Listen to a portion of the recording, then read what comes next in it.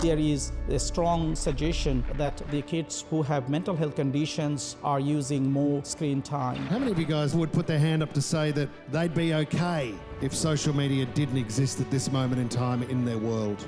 The dad of three is challenging federal leaders to raise the age limit teens can access social media from 13 to 16 years old. We're driving everybody to 36months.com.au to sign the petition. We need to stop having talk fests. We need action. Anthony Albanese has today met with passionate campaigners. Australian lawmakers have passed a bill, A world first. to ban children from using Social media. Social media is doing harm to our kids, and I'm calling time on it.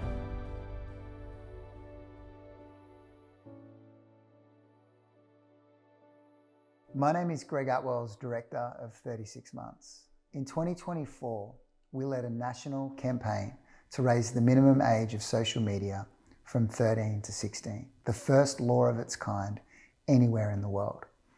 Now we're rebuilding the ecosystem around adolescence in politics, schools, and homes. Because healthy teens don't raise themselves. They're raised by adults brave enough to build better systems, so the next generation can grow up better, not faster. Today I'm sitting down with Tracy Hall, author of The Last Victim, a fierce advocate for women's empowerment and someone who's turned personal betrayal into public purpose. Tracy's story, made famous by the hit podcast Who the Hell is Hamish, isn't just about being conned, it's about reclaiming power. You've lived the nightmare, studied the playbook, and now you're here to help the rest of us. Your story begins where I guess most of us hope ours never will, with betrayal, loss, and a tough look in the mirror. Having lived through one of the most high-profile scam cases in recent memory, what made you decide to write The Last Victim, and what did telling the full story cost you or give you? What made me write the book was I had done a little bit of discovery through the podcast. So the Australian did the hit podcast Who the Hell is Hamish back in 2019. And through that, I kind of realized that there was some power in sharing a story, because what had happened was people started coming to me, through the internet, through social media, or just really friends and family coming to me and saying, same thing happened to me. The same thing happened to my parents. Oh my God, my dad lost his whole superannuation to a fraudulent scheme. And these were people that I'd had in my life for like 17 years. And I thought, how is it that we've never had this conversation? You're one of my best friends. How have we never had this conversation before? Another example was there was a woman in her 70s, mid-70s, and I was at dinner with her and her children, her grown-up children that were in their late 40s at the time. And I was sitting opposite her, and she told me the story about how she lost her divorce settlement when her kids were around 13, 14. And she lost everything, and it was a friend who had deceived her through a fraudulent scheme. She lost everything, and she had never told a soul. The kids kind of knew a little bit about what had happened, but she'd never told. She'd held on to that secret for the better part of 35 years.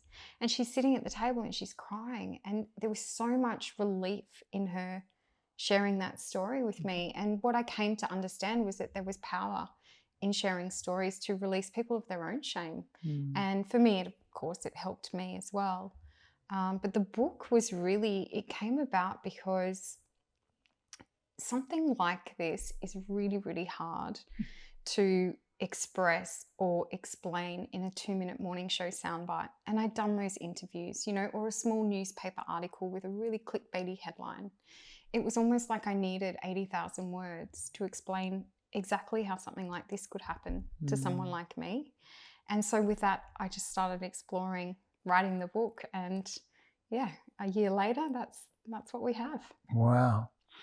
Where was there a moment when you realized that it wasn't just like a personal tragedy, but a systemic issue that needed exposure? Absolutely. When everyone started coming to me you, and saying, this happened to me, this happened to my parents. And, you know, this rush of information of people's own experience just opened my eyes to a world that I never knew existed. Wow. Because I'd never heard a story like mine. I mean, yes, I had, but it didn't relate to me. So the stories I heard were on shows like A Current Affair, for example, and it was very sensationalized and very stereotyped, really. You know, it was a lonely middle-aged woman sitting in a lounge room surrounded by all her cats looking for love on the internet. And suddenly she transfers her life savings to her fake foreign prince. And I think, what an idiot. What an idiot. Like, literally, that's what I thought. And you brush past those stories and you go, that would never happen to me. Yeah, wow. I'm well educated. I come from a great family. I've got great friends. I've traveled the world. I've got a great career. Never did I in a million years think it would happen to me, and yet here I am.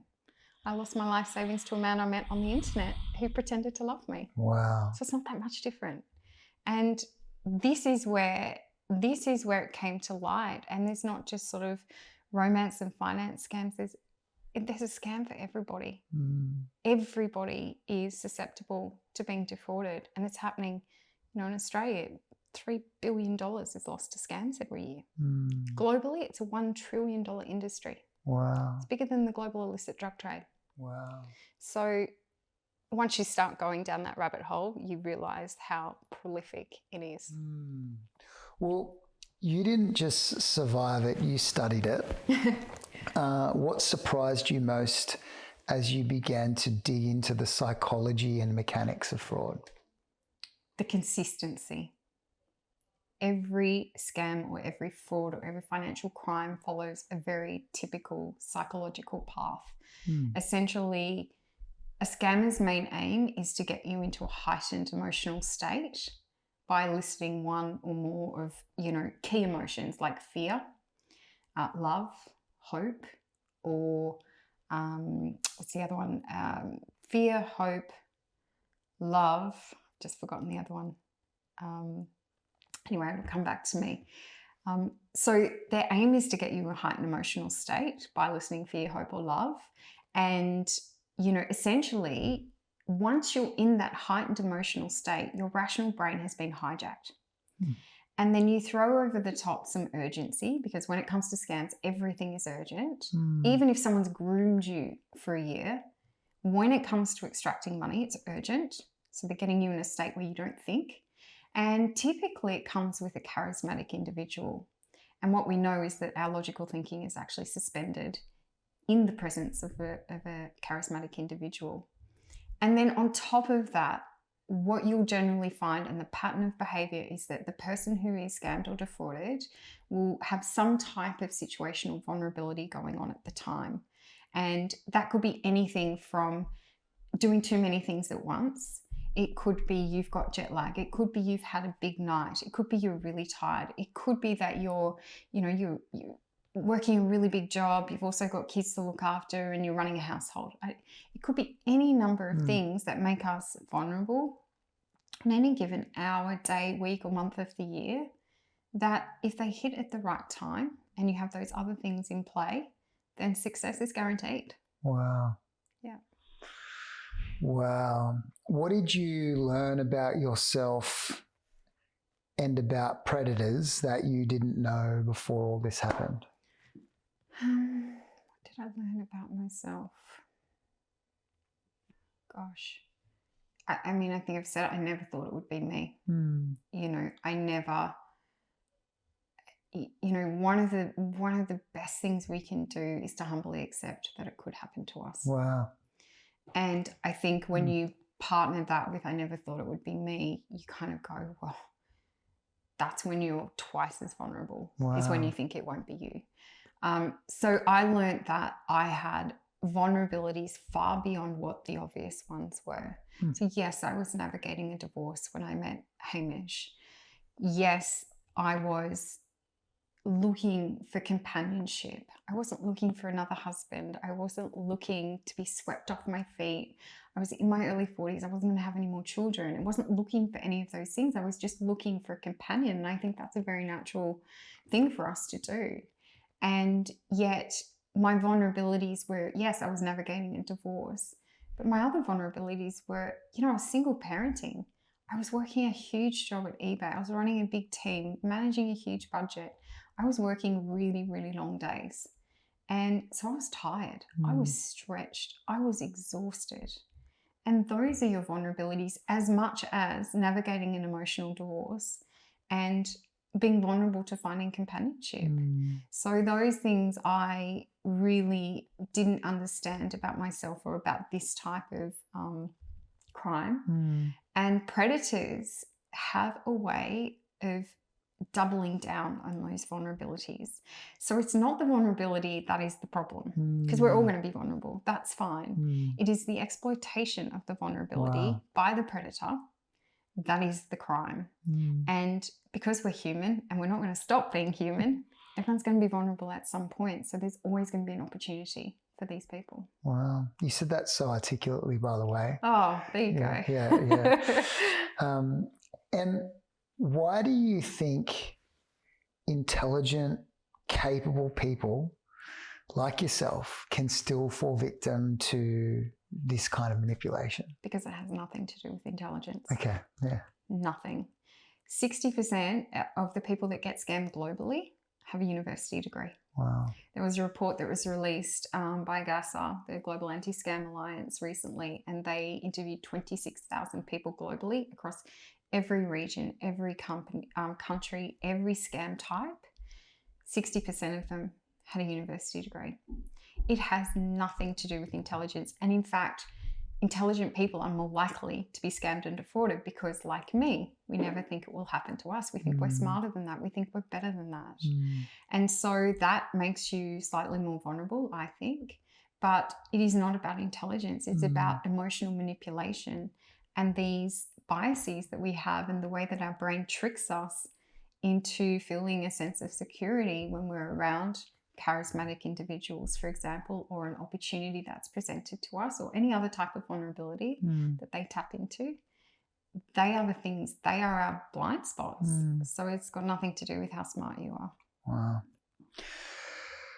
When the target is your 14-year-old daughter, the fight becomes personal. Yeah. Can you walk us through what happened with your daughter and the sextortion attempt? Yeah. What warning signs were there, and what lessons can other parents take from it? Yeah. I believe that I've only recognized this sextortion attempt because of the work that I do and the research that I've done and the scripts that I've seen online. If it wasn't for that, I'm not sure I would have recognized it, to be fair. So this is why I feel so passionate about this conversation, because most people would not be exposed to the things that I research. So I confiscated my daughter's phone in January this year. And in that time when I confiscated her phone, I went into every app, every conversation, every piece of content, because I wanted to understand what was going on. And I had to be honest with myself. I didn't know what she was looking at online. I didn't know what she was doing. It's such a personal thing. And when I got to Snapchat, I was absolutely shocked. And I don't have a Snapchat account myself. I'm not of that generation, but I went deep into Snapchat and I started to pretend that I was her. And what I was seeing was sextortion attempts by what we know are a group of criminals that operate primarily out of Nigeria called the Yahoo Boys. And the Yahoo Boys are a very sophisticated group of organized crime and criminals. And essentially they do a lot of scams, but they focus in on romance scams and sextortion scams. And one of their key targets is teenagers. So what they do is they create thousands of fake profiles, and then through the friends of friends option on Snapchat and the mutual friends, etc., they befriend teenagers. And they start these very, very hyper intimate conversations, and it progresses very, very quickly. And I saw this in real time. So it goes something like, Yossi wants to connect, 3 mutual friends. Okay, connect. It's what a kid would do, right? Hey, how are you? The conversation starts immediately. It's like they're already on their phone when you say yes, connect. And then you say, yeah, great, how are you? Good. Where do you live is generally the first thing. And then you'll say, you know, Northern Beaches of Sydney. Oh, I'm in Manly. How old are you is generally the next question.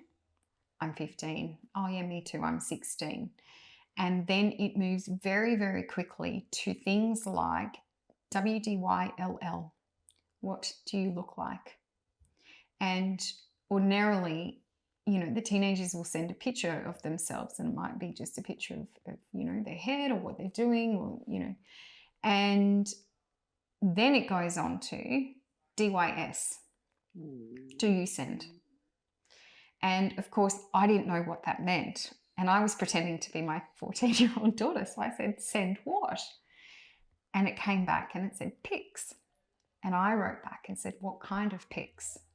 And it came back spicy. And there was an emoji of an eggplant, there was an emoji of a peach, there was an emoji of a chili, and there was an emoji of a water spout. I know what those things mean. And that was all, I'm not even kidding, within the space of about 3 minutes. And this was happening over and over and over again. There's a script, and I've seen the script online. So I knew what I was looking at. And these are people pretending to be 15-year-old boys from the next suburb. But they are not. I can tell you they are not. They are criminals operating out of places like Nigeria. It's the Yahoo boys. And my daughter doesn't know this. She just thinks it's some guy in the next suburb that's telling her she's pretty. And I can see how seductive that is for a teenager. But then it moves very quickly to nudes or illicit videos. And even if a child doesn't send those types of content, what the criminals will do is that they will scrape social media sites, and they will plug it through a Nudify AI tool, and they'll create a deep fake nude of the child, send it back to them, and threaten to share the nudes with their schools, their teachers, their parents, their employers, their whole group of followers on their social media apps, unless they give them money. So you don't even have to send a nude for that to happen. You just have to engage with these people. And, you know, what we do know is that there are a large proportion of teenagers that do send, you know, illicit content. So they're at such great risk. And then it comes back, you've got to pay me $500, otherwise I'm sharing this with everybody. And of course the teenager panics and goes and, you know, empties their bank account or goes and finds the money somehow. And paying money doesn't stop it. They send more. They ask for more. They ask for more. And it just becomes this world of panic for a teenager. In the US, it has gone mad in the last 2 years. Wow. In the US, in 2021, there were 139 reported cases to an agency of missing and exploited children. In 2023, there were over 26,000 reported cases. 28 teenage boys in the US have died by suicide in the last 18 months because they've been financially sextorted. Wow. It is one of the highest growing cohorts of people being targeted by scams is teenagers. So it is frightening. It worries me every single day. And yeah, I would never have found that out had I not confiscated her phone. Wow. It is personal. And yeah, these kids, they don't know what's going down. They don't know. As a parent, I don't even feel remotely prepared for this, you know? What advice have you got for families navigating this minefield, especially when kids think that they're invincible online? My daughter now has a Nokia 3210. Okay. She has a dumb phone. It's, you know, and I said to her the other day, you know, how are you going without your phone? She said, Mum, I think I'm better off without it. Wow. And I was like, wow, that's really interesting. I said, what do you miss the most? And she said, predictive text. That's awesome. She's like touching the buttons. And I thought, oh my gosh, you know, I thought it was going to be Snapchat or TikTok or something crazy. And she goes, predictive text. But seriously, I think, you know, I have these really open conversations with my daughter about the things that I'm learning, the things that I'm studying, the things that I'm researching. And I've heard her tell this story to some of her friends about these groups that pretend that they are teenagers in the same suburb that aren't. And so it is sinking in, so it's having really honest conversations. There's a fantastic online video that was created in the US, and it's kind of a choose your own adventure interactive video. It goes for 7 minutes, and it's called noescaperoom.org. And it is about the exact same story I just told you, and you will see the scripts are exactly the same. No escape room? Noescaperoom.org. Okay. Yeah, we can put it in the notes. It's and maybe that's something to watch with your teenagers, and just say, have you ever experienced this? Has anyone ever approached you for a nude that you don't know, that you haven't met? And if the kids are being honest, I always do the conversation when there's friends around, because if the kids don't tell you, then one of the friends will say, oh yeah, I knew someone that, and it will spark a conversation, because it's not about them doing the wrong thing. It's about having knowledge of what's happening, so that, you can say, and even having mutual friends on Snapchat is not a safeguard, because sometimes your friends will have accepted somebody else that they don't know, and then it shows up on your page as people you may know, because your friends are friends. And you think that protects you, but it doesn't necessarily. So my advice is, unless you have met someone in person or you know them in real life, you don't accept them as a friend. You turn off all of your location sharing, all of those things that, but the problem with a platform like Snapchat is that, it's gamified to a place where the kids, they want their snap streaks, and they want their snap score. They want to send roof pics and side faces to as many people as possible. 100%. And the more they do it, the higher their score. It is just when these conversations get, dangerous. And again, you just have to find somebody in a moment of vulnerability. Maybe they've had a shitty day at school and the girls are being bitches, or the boys have, gone off to do something and not invited them, whatever it might be. And suddenly they get some attention from someone online that tells them they're pretty when they send them a face shot, and bang, they're hooked. Wow. And that's a moment of vulnerability that is playing on their emotions of hope and love. The other one was excitement. Hope, love, fear, and excitement are the key emotions that get heightened when you're dealing with these people. So it's, again, the tactics are exactly the same, whether you're a kid, whether you're a 75-year-old man, whether you're a 40-year-old woman. I wanted to maybe steer a little into the sort of the world of, we're a mums and dads movement. 95% mums, well, women. And so I wanted to steer it a little into sort of your experience and insights around financial dependence and reclaiming your power there. In your experience, how does financial dependence make people more vulnerable to manipulation, not just by scammers, but, partners, families, systems? Unfortunately, whether we like it or not, money gives us power and money gives us choices. And without those two things, you don't have agency over your own life. And so if you find yourself in a position that is unhealthy, or that you need to remove yourself from, you need money. It's very, very difficult to do those things without, the resources to support you, especially if you're taking children with you.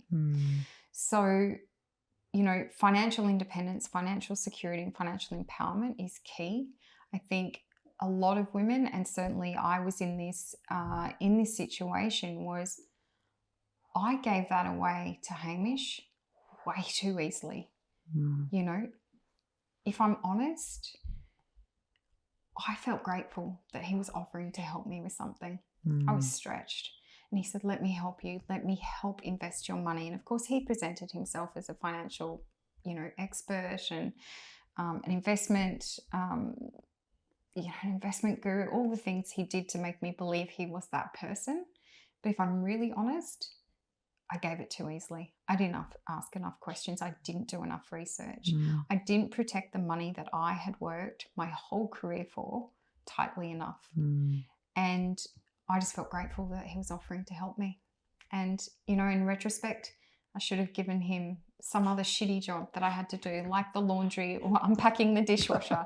I shouldn't have given him my finances. Wow. And it wasn't that I was financially illiterate. I was actually just financially avoidant, you know. And I think there are some systemic issues that we have as women.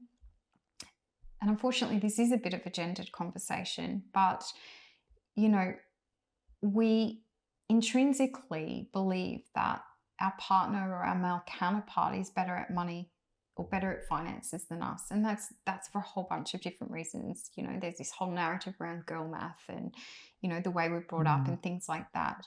But if you look at the generation that was before me, so in my lifetime, these things have changed, just in my lifetime.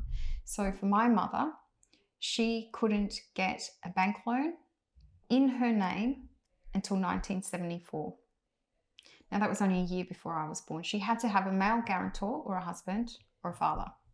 Couldn't have it in her own name. When women got married up until the 60s, once they got married, they had to leave their job because their job was to run a family and look after a household. So they lost all their financial independence there. There are so many examples of this that I could reel off as to why historically and systemically women have not had that financial agency. And this has just happened in my lifetime. I see really great change in direction now with, you know, the girls coming up through and, you know, the access to information that we have through, you know, social media and online and courses, and it's all very accessible, which is fantastic.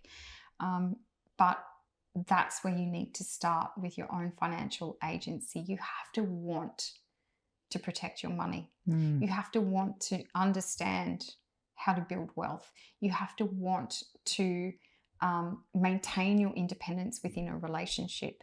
You know, keep your career going. You know, one thing in my situation that I'm so grateful for, and you might not be up to it in the book yet, but Hamish was managing all of my money, all of my superannuation, and that was, you know, I thought going along quite nicely. And then I had a particularly hard day at work one day, you know, those days at work where your boss has been like it's just total ball ache and you just come home and you just have a bit of a whinge, you know, you're just tired. And it must have been a particularly bad day because I was whinging about it. And he said, Trace, why don't you leave work? Why don't you just quit? Put $1 million in your bank account tomorrow. And you can figure out exactly what it is you want to do. You can figure out where you want your career to go next. And for a hot minute, that was really tempting. You know, I was working my balls off at this stage. And for a hot minute, that was tempting, I have to be honest. But I've always worked. I've always earned an income. I've always had independent money. And I just said to him, I can't just quit. Like, I was really snappy. I was like, I can't just do that. In what universe can I take $1 million from you? It's fine. I've probably just had a bad day. And I thought to myself afterwards, you know, if I had have taken him up on that offer, he would have taken away my last financial lifeline. And he got arrested not long after. So I would have been really screwed, really, really screwed. And so one of the things I say to women is, in whatever season of life you're in, because we do take time out to have children and care for others, try and keep a foot in the employment door. And if you're not working, just keep your contacts there, keep your conversations going, because earning your own money is power and it is choice.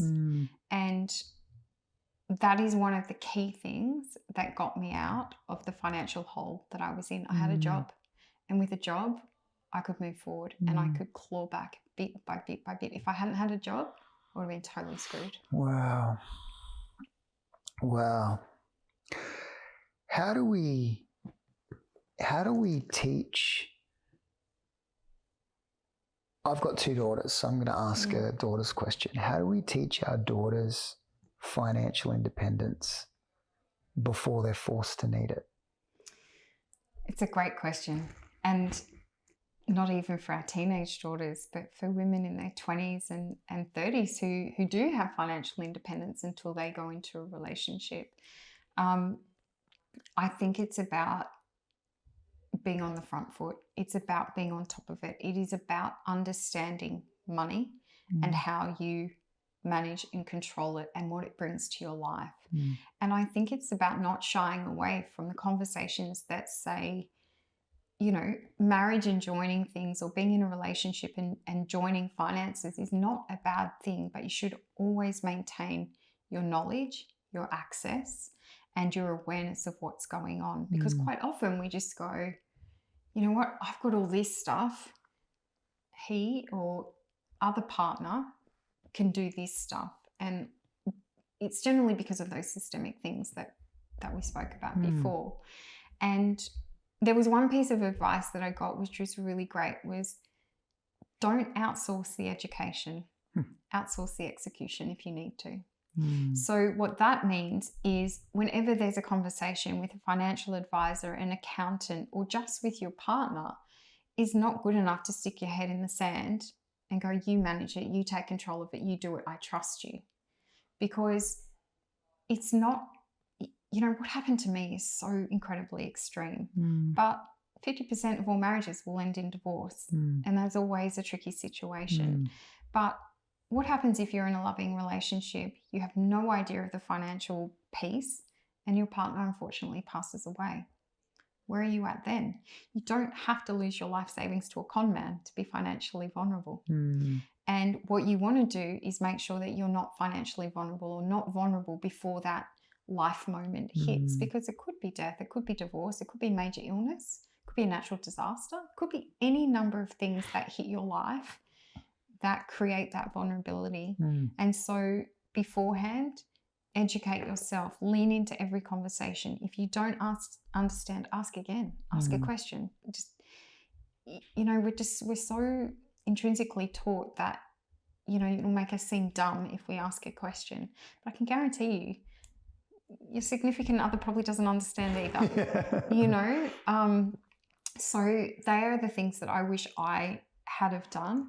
Even things like, you know, I didn't fully understand insurances, or I hadn't lent into my superannuation. Now, this is a good one for girls because your superannuation will be, in a lot of cases, the biggest personal asset of your life, and it's in your name and only your name.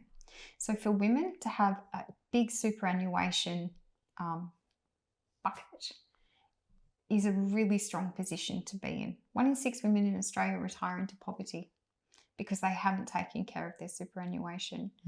And one thing, it's not very sexy though, is it?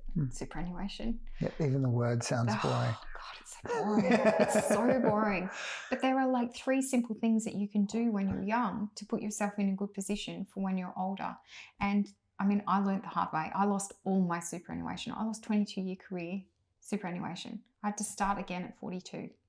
So that's pretty screwy. But what I've learned about superannuation, especially for the girls, put as much as you can, as often as you can, as early as you can. And the compounding nature of that investment will put you into a good position. It doesn't give you cash flow, but it gives you that security that later in life, generally when these adversities hit us, you'll be in a much stronger position. We don't get taught that at school. No. And it's not sexy, but my God, it is so powerful. I love that. You used a phrase when we spoke on the phone, adversity university. And, you know, you said that the worst things in your life in many ways became your greatest education. What mindsets or tools helped you not just to cope through all this, but rise? Yeah, I mean, so many small things, I think, is the answer.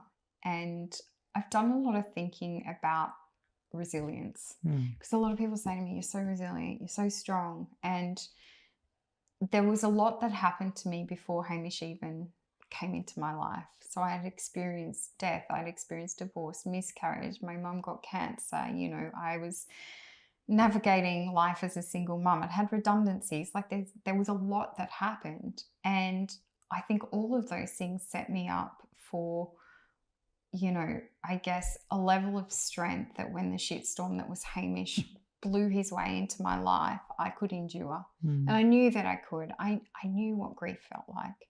I knew what pain and discomfort felt like. I knew what having a confusing emotional state felt like. So those things really helped. But people say to me, you're so strong, you know, you're so resilient. And I used to think, I don't feel it. I feel disassociated and I feel like this is survival. I don't feel any of those other things. And I've come to realize that a more realistic way to think about enduring and navigating really tricky times is sometimes just survival. It is just putting one foot in front of the other. It is getting out of bed every day. It is going to work when you feel like you just don't want to, or you can't, or whatever. It is, you know, it is so many small actions that make up, you know, the end game. And then with time and obviously perspective and grace and all of those things, you have a level of insight into the things that you're doing that help you get there. But at the time, it didn't feel like strength to me. It just felt like survival. But, you know, there are things, you know, very common things that everybody talks, the basics, like sleeping, exercising, those, you know, those things. Sleep is the biggest hack in life. If we could teach this to our children early, it would make all the difference. And I think it's the thing that gets sort of edged out at both ends of the day when you get older, just trying to squeeze the hours out of life. But sleep is the biggest hack in life. It is the biggest emotional regulator, and everything is easier when you've had sleep. Everything. Like, it is the most basic hack in the world, but a hard one. I was a chronic insomniac for 20 years. Really? Yeah, after my dad died. And yeah, so I know what it's like not to sleep. Wow. And then, of course, probably wasn't a great sleeper when this went down either. But Wow. yeah, so, and now it took me probably a good 4 years to get on top of my sleep. And I was obsessive about it. And now it's just like, yeah. And then the other thing is like, just like a truckload of self-compassion. You know, I was so hard on myself when this happened, because all the other things that had happened to me in life really weren't my fault. You know, my dad died of cancer within 3 weeks. Like I couldn't do anything about that. You know, there were things that happened to me that I just accepted because that's life. But this one, I've made the biggest fucking mistake of my life. And it was all my fault. And I was so hard on myself. And there is, you know, literally nothing anyone could say to me that I haven't already cruelly said to myself. Wow. And so that's kind of a nice place to be, because I'm like, give it to me. Yeah. Because, I don't, there's nothing that anybody could say. But what I came to realize that, you know, I had to accept what had happened, and I had to give myself a bit of a break. You know, at the end of the day, I was really unlucky to meet and fall in love with this man. And yes, I played a role. Yes, I had my vulnerabilities. Yes, I made mistakes. And my book is very honest in that way. But, you know, self-compassion, and that's such we're so hard on ourselves. We're harder on ourselves than we are on anybody else in the whole world. So it's taken about 8 years for me to realize that being kind to myself is actually a really nice gift. Yeah. I mean, who would have thought? But yeah, so, I mean, they're just a few things. I don't think it's any one big thing. What would you say to someone listening who feels like they're in the thick of their own Hamish moment?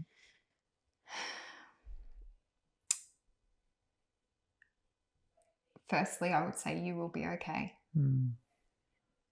You will be okay. But don't try and have this Instagram inspiration moment really quickly. There is a huge messy middle in healing.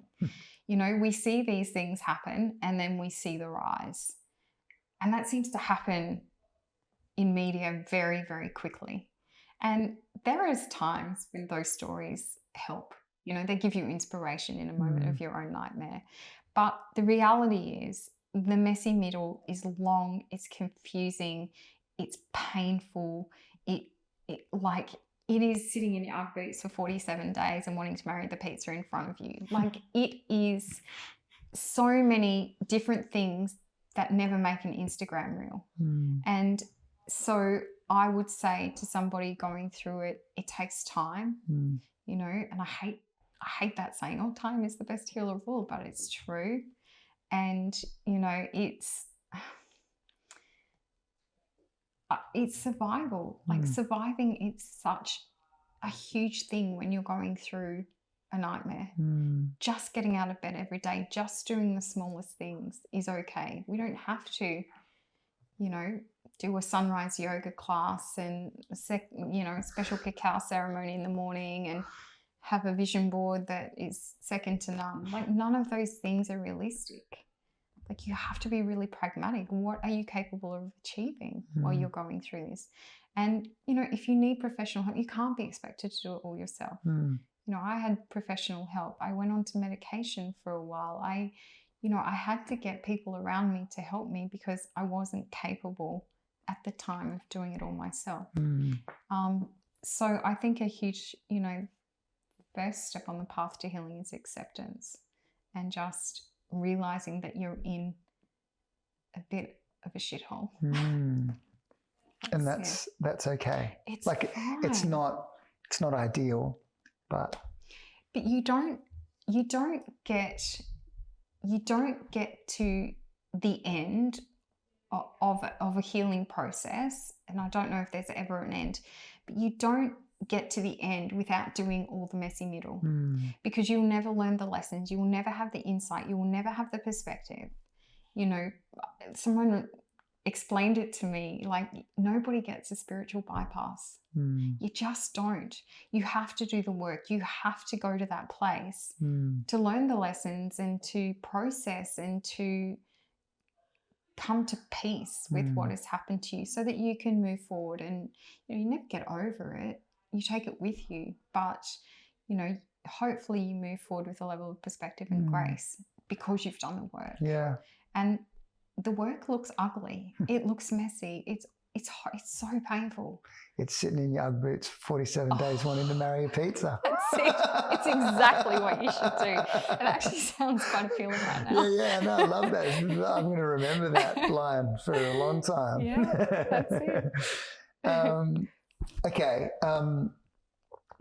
What are 3 red flags to look out for? Whether it's a scammer, a manipulator, or even just like an unhealthy dynamic. I kind of love and hate this question. Okay. And I'll tell you why. Okay. Because if they were red flags, Oh, you'd know them. they'd be waving brilliantly in your face and you'd be like, I'm not going anywhere near that, that's right? true. They're just flags. They're beige at best. Yeah. You know, and I talk to teenagers about this. It's like, when do the beige flags turn into red flags? And when do the beige flags turn into green flags? Because it's the beige flags that you need to watch for. It's those behaviors that you kind of go, doesn't feel quite right, but I don't know if it's enough to walk away, or if I don't know if it's enough to report, or I don't know if it's enough to get all worked up about. And it's when those beige behaviors become patterns of behavior that they will often turn into a red flag. So on their own, they're probably a meh. But when they start layering on top of one another, or it takes a turn, that's when they turn into red. But beige flags can also turn green. And I think this is really important, because if they were all red flags, none of us would ever go anywhere near these behaviors, these people, these experiences, because it would just be obvious. And so they do come into your life disguised as love, as care. Let me take care of things, as help. You know, so I think it's very difficult. And again, that's the psychological manipulation, because the emotional brain takes over. Goes, you know, what a guy, he wants to help me with my finances. Whew. one less thing I have to worry about, you know. And yet the red flag in that situation was I gave away my financial power way too easily. He didn't give me the logins. He didn't give me the reports when I asked for them. He did eventually, but it took a lot because he was making them up. He was faking them, right? So in that moment, it didn't feel like a red flag. So I think that's a really important thing to think about, is those things that happen or the things that you see that feel a little bit off, that might not be enough for you to go, oh, that's a red flag, you know, and watching those behaviors and seeing if there are patterns of behavior. So controlling behavior is one of those things. Not having access to your finances or being controlled by money. You know, somebody controlling how you spend your time. Like there's all those sort of things. I could list off a whole bunch of red flags. But certainly in terms of online dating, which is how I met Hamish, you know, he didn't have a digital footprint. You know, it's one thing not to have a social media footprint. There are a lot of people like that, but he didn't have a digital footprint. There was nowhere, anywhere on the internet, anything written about Max Tavita. That's because Max Tavita was a fictitious character, right? He really resisted me meeting family and friends. Like it was always a future promise. Yeah, we'll do that in 2 weekends' time. We'll go down and meet my sister and her husband and the kids. Okay, we'll do that. And of course, every time that was promised, 2 days before, something would come up. And you go, now that in itself, that's life. Things come up. But it's when that happened every time we tried to go. The beige flag becomes a red flag. The beige flag became a red flag. So, you know, things like that, you know, again, I could list off a whole bunch of them, but, you know, I used to tell really tall stories, really fantastical stories that some of them I thought, wow, you've had an interesting life. And others I thought, is he kidding? Like, is he just, because he was quite jovial. So it's sort of like, is he just mucking around? Like I never quite knew if they were true or not. But again, on their own, is that enough for you to go, see you later, mate? But over time and in retrospect, I'm like, red flag. So it's just a very interesting question. Yeah. Your answer was awesome though. I felt silly asking it, but when I heard your answer, I was really glad that I asked it. Okay, good. All right. What gives you hope right now? So for women, teens, anyone trying to rebuild after betrayal, what gives you hope right now? My daughter's name is Asha, and in Hindi that means hope. Oh. Which is lovely. And I dedicated my book to her because hope was the only thing that got me through some of those times, that couple of years actually. So I love the concept of hope, and I think it's very different to kind of a toxic optimism of the future or toxic positivity. I think hope is bedded in knowing deep down in your soul that tomorrow is going to be a better day. And I honestly felt that throughout that time, even in the depths of it. But what gives me hope in relation to this today is that the conversations are becoming more and more prevalent. They are opening up. You know, like I said, I'd never heard a story like mine before. You know, I really hadn't. And yet now this conversation is very broad and wide. People are starting to talk up, and then you sort of extrapolate that out to financial coercion and control, which in essence this relationship had as well. Even though it was deception, there are more people talking about that. And I think that's been a harder one to crack in our communities because there are a lot of silent statistics. So there are a lot of women out there primarily that can't talk up about financial coercion and control or any type of sort of, you know, family abuse scenario, because the perpetrator or the other partner is still very much in their lives because they've got children, or, you know, there's defamation. There's a whole bunch of things you have to consider. So the silent statistics and the silent stories that we never hear are starting to bubble up to the surface. It is becoming more mainstream. We are teaching our girls and our boys what coercion is, you know, what control looks like, what behaviors are acceptable and which ones are not. Those conversations didn't exist when I was growing up, certainly not. And of course, we've got social media that helps with that. I think we have to be careful that we don't go too far in the other direction. So I hear a lot of stuff about red flags. Oh, he doesn't call his parents every week. That's a red flag. You know, oh, they only do this on a Sunday. They're too set in their ways. That's a red flag. You know, so stuff that's just a little bit like, is everything that you don't like about someone now a red flag? Yeah. Do you know what I mean? So I think there's caution that we need to have as these concepts become more mainstream. But, you know, what gives me hope is that, you know, the younger kids that I see, they're having these conversations. I heard my daughter the other day on the phone to a friend of hers who runs a small business at a market say, how much money do you have in your savings now? How much money have you saved by working that job? And I thought, wow, you know, conversations about money for her seem really okay to have. And, you know, for my generation, money was like almost the last taboo. We certainly didn't have conversations about money at the dinner table when I was growing up. But she's like, how much money do you earn, Mum? How much money does this cost? What does that cost? What's the mortgage? You know, so there's a lot of that, which I see is very encouraging because education is where it starts. Conversation is where it starts. Having it out in the open is where it starts. And I do see the younger, you know, the kids, the teenagers that are coming through, certainly in my world and my home, are much more open to those conversations. They know a shit ton more than I did when I was 15, that's for sure. So that gives me hope because I think that's where it starts. Having intentional breaks without distractions helps us uncover the best version of ourselves, and our premium partner KitKat stands for better breaks, purposeful pauses or moments to switch off without life's distractions in all their forms. A purposeful break can maintain a positive mindset, clarity of thinking and focus, and bring us back to tasks feeling more refreshed, present, and connected with others. In a world that has never been more digitally connected, what are some of the ways you like to take a better break? Oh, two things spring to mind.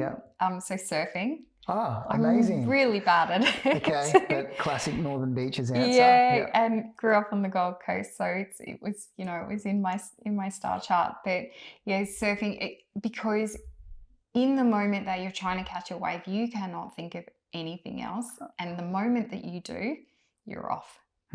So when you're surfing, you have to be in that flow state. Otherwise, you're off the board in a hot minute. So I love the challenge in that. And physically, it's hard as well, you know, and just being in the surf and the ocean and the ions that are rolling around when it tumbles on top of you.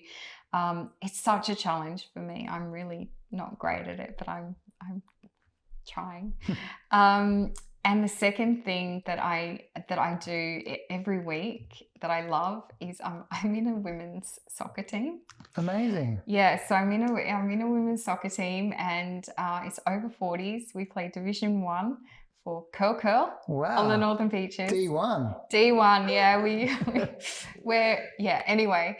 And again, it's such a challenge to me, and I love it. I love team sport. I love being around, you know, others and working on something. I love being out running around, and it's something that I work hard at kind of keeping fit enough to do, and I just love it. And then we train during the week as well. So for me, they're just like really constant things in my life that, you know, give me an excuse to get out and do something different.